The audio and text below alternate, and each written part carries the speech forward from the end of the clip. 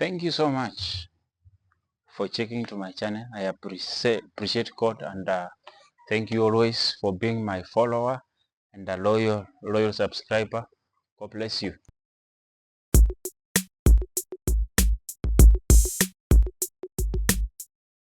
Today you see we are going to discuss something small about Nehemiah and how his attitude, how his love for his people, how he can help us to rebuild our life. So we are going to discuss on a small topic which I have entitled how to build our life.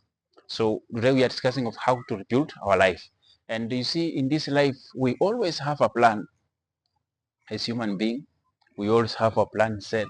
We always have know what to do next until we are hit as human being. You see, disaster happens to each and every one of us, whether you living where you are living, in which part of this world. Disaster happens. We are all hit by situations which we can't have control over it. So because we found ourselves in such a situation now, how do we rebuild ourselves when we are hit by a calamity, when we are hit by something? You see, there are some stages which I have listed down, which you're going to discuss, that can help one to rebuild their life when they are struck down. You see, in this life, the truth is you will get hit. A disaster happens to all of us. So it's us to know how the attitude we have, the perception, how we see things, that's how we are going to come out of this disaster or calamity that has happened to us. You see, the stage number one, when the wall of Jerusalem, when the gates were brought down, Nehemiah took a step of faith. Nehemiah single-handedly, with the help of some few brothers and sisters, builded the temple, builded the wall and the gates of Jerusalem. That's after realizing they need to rebuild, after having the right mind and the right attitude. So the step number one you need to do when you are faced with a calamity, when you are hit by a disaster, you need to identify your problem. You see, Nehemiah identified that a problem has happened. My brothers, before we discuss, let's go to Nehemiah chapter number 1, verse number 3. The Bible says, "And they said unto me, the remnant that were left of the captivity, that in the province are in great affliction and reproach. The wall of Jerusalem also is broken down, and the gates therefore are burned with fire." You see, the enemies of Judah and Israel had brought down the wall of Jerusalem, had burned the gate of Jerusalem. But now when Nehemiah asked about his brothers who are in captivity, he was told those people are in great suffering. And the walls has been broken, the gates has been burned by fire. So Nehemiah, the first thing he did is he identified that the problem, you see, a wall is like a boundary, is what protects our life. If we don't have something that protects our life, it means we are hit. When the enemies come and we don't have a wall that can protect, that surrounds us, that means we can be brought down easily. We are giving access to people who can access our life. So Nehemiah realized as much as the wall of Jerusalem is down, we will be struck by our enemies the more times. So he knew the problem is the wall and the gates. That's why he took a mandate of thinking of now how to go and rebuild the wall. So Nehemiah realized that the only way that you can grow is that you realize the growth you need. So Nehemiah realized that for us, as the children of Israelites, for us to grow from being defeated by our enemies, we need to understand that we need to build our wall, because our wall is our protection. Our wall is our shield. So when the enemies are coming and our walls are strong, they are not going to access us easily. But if we don't have a wall, it means whichever enemy little they come, they are going to access us, because you don't have a boundary. There's nothing. As much as you trust in God, but faith without action is dead. You need to do something to protect yourself from enemies' attack. You see, you need to understand that I need to grow. So what is it that I need to grow? Yes, you need to realize that my problem is I need to grow my talent. Once you realize you need to grow your talent, identify what talent you need to grow. Yes, you know how to sing. Maybe you can work on that voice so that you can perfect on how to sing. You know how to play. You see, you need to realize the kind of growth you need as a human being. Whether you are a woman or a man, or whether you are a girl or a boy, you need to realize the kind of growth that you need in life for you to be able to grow. So you need to understand what growth do I need as a human being. So once you know the kind of growth you need, then you try to do the best you can until you know better. So try to nurture your talent until you can do it perfectly. Then once you know better, then do better. Once you know, if you are a good singer now, try to know how you can sing better. Once you know how you can sing better, then you can sing better. Once you know how you can play better, then you can play better, because you've realized that this is the growth I need. So this is the growth I am going to work on. You see, so the first step is you need to identify the kind of growth you need in human being. Identify what is it that is affecting you. Some of us, maybe we are going through challenges in a relationship, not knowing maybe in this relationship, once we know, maybe it's our attitude, maybe it's the way we see things, maybe it's our pride that is killing us, maybe it's our perception, the way we see other people. You see, you are always superior. You always want to be recognized. Yes, as much as you want to be recognized, but no, you are dealing with human beings. So once you know what is it that is eating you up, you will help yourself. But as long as you've not understood the problem, you've not understood the real problem, there is no way you're going to solve a situation. The way Nehemiah identified that the problems why my brothers and sisters are suffering, because we don't have a wall that can protect the children of Israel against the enemies. As much as God is our protection, but we need to ourselves a physical protection that can at least protect us, can give God allowance to continue protecting us. You see, you need to gather knowledge like Nehemiah did, understand the problem. You see, once you understand that it's my attitude which is killing my relationship, it's my pride which is killing my relationship, it's my perception which is killing my association with people. Now understand and know how to do with things better. You see, understand that this is the kind of things now I am going to work on my attitude for me to relate with people well. I am going to work on my perception for me to, I am going to lower my ego for me to relate with people well. So gather knowledge. And once you have enough knowledge, once you know better, then you can put what you've learned into a godly plan or into an action so that you do better. So gather knowledge about what is it that you experience in life. Try to know what is it that is affecting my relationship.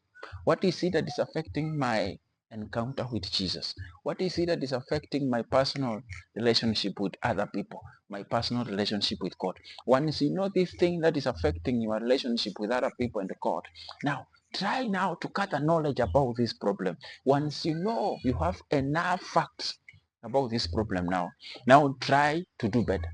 Try to improve on your relationship with God, your relationship with your partner, your relationship with your friend, your relationship with your co-workers, because you've identified the problem. Now try on working out how to solve that problem.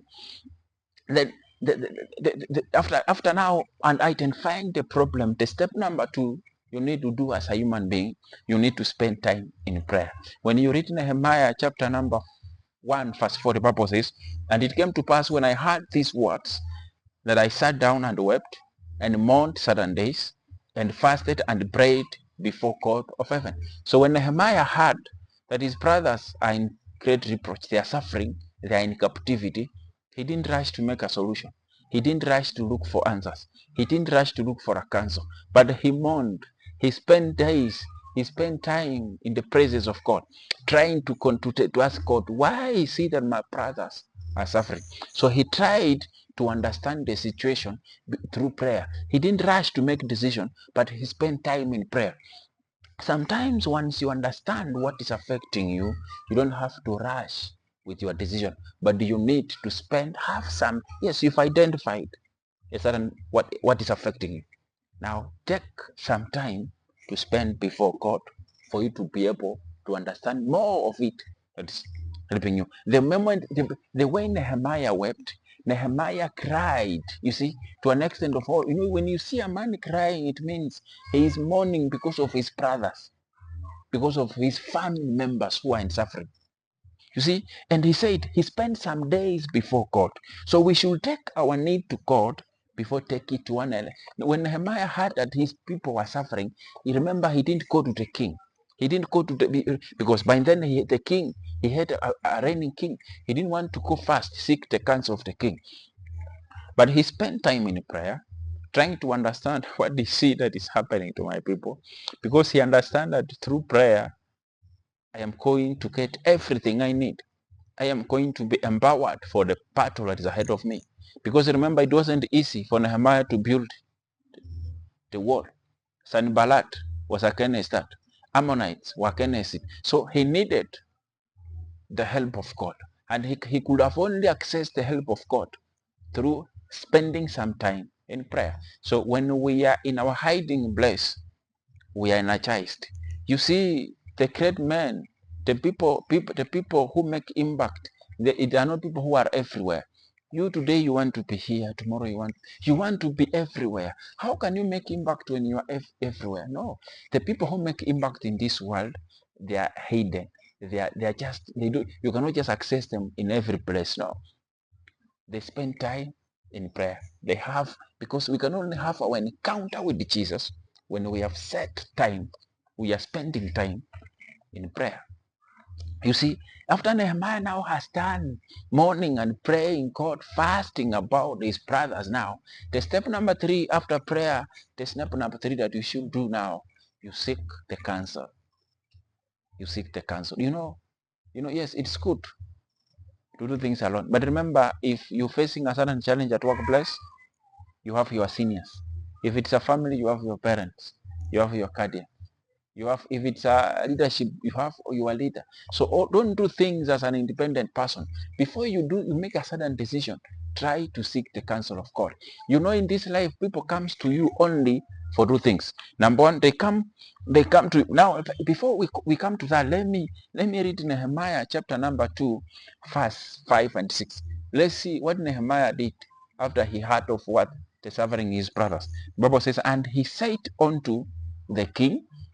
So here now Nehemiah visited the king, seeking for the counsel of king. What are you saying, my lord? My people are suffering. What do you say about this? Then Nehemiah is saying, if it pleased the king, and if thy servant found favor in the sight, that thou wouldest send me unto Judah and the city of my fathers, that I may build it. And the king said unto me, see here it is now, the king is saying to Nehemiah, and remember beside the king there is sitting his wife, the king also sitting by him, the queen also sitting by him. For how long shall thy journey be, and when wilt thou return? So it pleased the king and sent me and set him a time. So after Nehemiah seek the counsel of the king is asking Nehemiah, how long is this journey going to take? How long are you taking to reach there? So Nehemiah gave king a time limit of how long he's going to take to build the wall. So it means Nehemiah gained favor, access to favor in the eyes of the king. So the king gave him permission. Sometimes in this life, there is authority above you. As much as you know how to do something or you want to do something, always learn to seek counsel from people who are above you. You see, with your knowledge, you can do it, but you need some certain permissions. Remember also, after the king has given a go ahead to Nehemiah, now Nehemiah requested for the letters from the king, because remember Nehemiah was to pass through some certain covenants, and he can only pass minus the permission of the king. So there is no way he could have done minus the signature of the king. So we are doing things without involving our seniors, and without knowing these things we are doing, they cannot go far because their signature and the permission is needed. So you will have now to go back to seek for their signature. But if only you had seek their counsel early enough, they could have given you the signature and the permission to go ahead, so that when you reach that point, you will not be required to go back again. You see, that's how life is.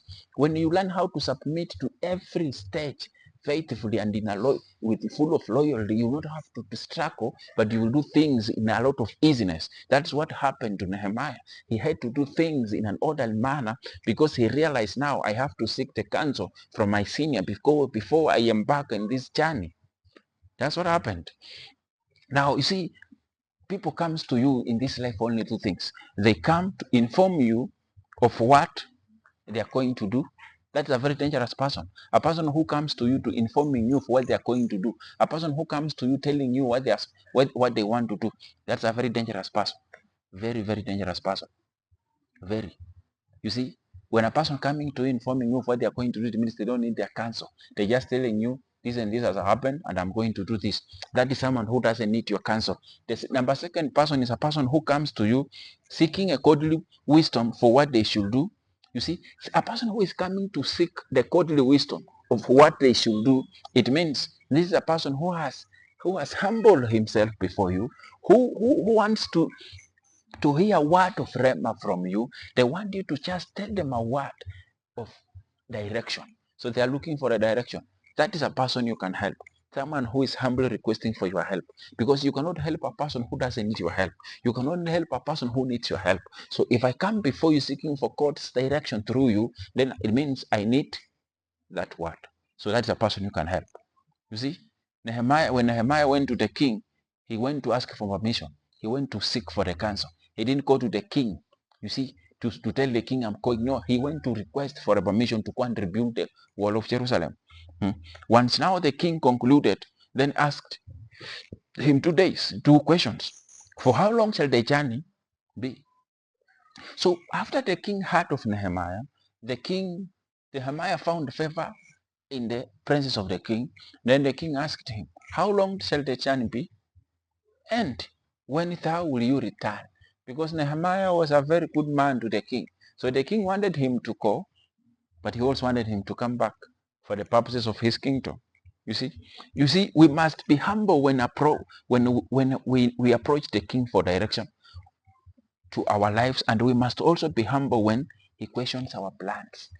So when you are going to someone to seek for a direction,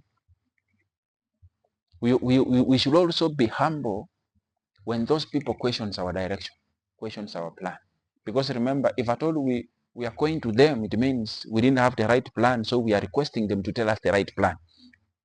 And the same way we humbled when we're asking for a direction, is the same way we should humble when they're asking, when they are questioning our plans. So we should not take things in a way that because someone has helped you, the same way you humbled for someone to help you is the same way you need to humble when someone questions you how you're going to spend their money. If we go to someone for help, that person has helped you. The same way you should humble yourself when that person questions you how you're going to spend the money, how did you spend the money that they sent you. Because when you are requesting for the resources, you are humble. You are in a state of what? In fact, you are very humble. But now when they are asking you, questioning how did you use, spend your resources, it is now you don't want to answer. No. The same way you answered when they asked you how much do you need, it is the same way you will answer when they ask you how did you spend the money. You see? There now we will not have problems on this earth. But now problems come because we are going somewhere for direction, but we don't want those people to question our plans. It means so we know what we are doing. The plan number 3 is what? You should have a plan. Create a plan. After identifying a problem, you've spent some times in prayer, you've seek the counsel. Now you need to create a plan for yourself. Plan for yourself. Create a plan. Nehemiah chapter 2 verse 17, the Bible says, then say it unto them, ye see the distress that we are in, how Jerusalem lied waste, and the gates therefore are burned by fire. You see now here, Nehemiah is trying to convince people to see how in great reproach they are, how the gates have been burned, how the wall has been brought down. And let us build up the wall of Jerusalem, that we be no more a reproach. So Nehemiah is encouraging these people like, let's have a plan to build this wall of Jerusalem so that we can no longer suffer in the hands of these enemies. You see, we believe that the imperative that you have a plan to rebuild your life. You see, in life, when you are hit by a calamity, always have a plan. Create another plan that is going to help you rise up. You know, falling is normal, but make sure you don't stay down there. Fall, yes, but have a plan of waking up. Have a plan of standing again. Have a plan of rising up. That's how great people do. The successful men you see here, it doesn't mean they never fall. No, they fall as many times as possible, but they had a plan to rise. They had a plan to wake up in whatever. They never stayed down there. They never stayed on the floor. They were falling down, and at the same time they were struggling to come up. Falling down, but they create a plan to come up. The same way the wall was distracted, the wall was broken, the gates were burned, but Nehemiah was asking people, let's have a plan of rebuilding this wall so that we can no longer be in reproach. That's what it means. So failed plan should not be interpreted as failed vision. No. The vision, be very stubborn with your vision. You see, once you have a vision, adjust your plans, but very stubborn with your vision. Stay on the course. Tell yourself, irrespective of how much I'm going to change, my vision should remain. My plans can adjust. I can add something, but my vision should change. So failed plan should not be interpreted as failed vision. Visions do not change. They are refined. You can refine your vision to a better one. You see, plans rarely stay the same and are scrapped or adjusted as needed. Be stubborn about a vision, but flexible about your plans. Be stubborn when it comes to your vision, but be flexible when it comes to the plans you've put in place for you to achieve your vision. You can adjust, you can scrap your plans, but the vision, you can only refine your vision, but you cannot change the vision. You see, you cannot change the vision. Yes, you're fallen down, but the vision is still. Create another plans, change plans, adjust your plans that are going to help you rise, but the vision stands. That's the beauty of life. Number 5, what do you need to do to rebuild your life? Ask for help. It is something that most men, leave alone ladies, you see, most men die young because they don't know how to ask for help. When you see a man calling you for help, it means you are his last resort. Help that man. If you are in a position to help, rescue that brother. Because most men, they don't ask for help. They die for themselves. They keep things for themselves. You see, Nehemiah 2 verse 18, the Bible says, then I told them of the hand of my God, which was good upon me, as also the king's words that he had spoken unto me. And they said, let us raise up and build. So they strengthened their hands for this good work. When Nehemiah traveled to Judah, he didn't go there to rebuild the wall alone. He needed the help of men. He needed help of those people who are already in captive, because they had seen the suffering they're going through. They had seen the reproach they were living into. So they never wanted to live such a life again. That's why when Nehemiah asked them to strengthen both their hands together so that they can rebuild the wall, they came together with one goal. They came together with one vision in mind. They had one mission to make sure the wall is standing, to build the good work of the Lord. So we fail because we don't know how to ask for help as men. You see, so we fear that if I ask for help, you see, people are going to laugh at me. No, it's okay to ask for help. It's okay to cry out when you need someone to help you, rather than you are dying and you are not talking. You see, the truth is, if you don't know how to allow people to help you, life has a way of forcing our hand. That's the truth of matter. If you don't know how to allow people to help us, life itself has a way of forcing our hand. Yeah, man is an island. We cannot manage these things alone. You can never. At one point or one time in life, you will need my help. I will need your help. I cannot manage this alone. You cannot manage that alone. There's an area that you are blessed to do better, and there's an area that God blessed me to do it perfectly. So you need me, I need you, and that's how God created us. That's why Nehemiah didn't build the wall alone. It reached a point whereby they were building with one hand holding a spear and one hand holding building, because they were fighting. After Sanballat realized that these guys are really building the wall to stand, you see, they started now fighting them. They had now to come together. They had to help each other, appointing these men to stand, to guard them every moment, to make sure they are rebuilding under the care of the guards. You realize that without the help of men, we cannot go far. If we want to go far, go alone. But if you want to go fast, go with people. So if you help you, we grow together fast when we are together. But if I am alone, I am going to struggle because there's something I need. There's a counsel I need, but I will not have it because I am going as a lonely. But if we are together, we are growing far. So let's have a way of fixing things. Let's have a way of asking for help. You see, Nehemiah was willing to share his vision with the people and ask for their help, and they strengthened their hands for this good work. Who do you need to ask for help in order for you to complete the current plans? Yes, I know you had plans before you were struck by a calamity.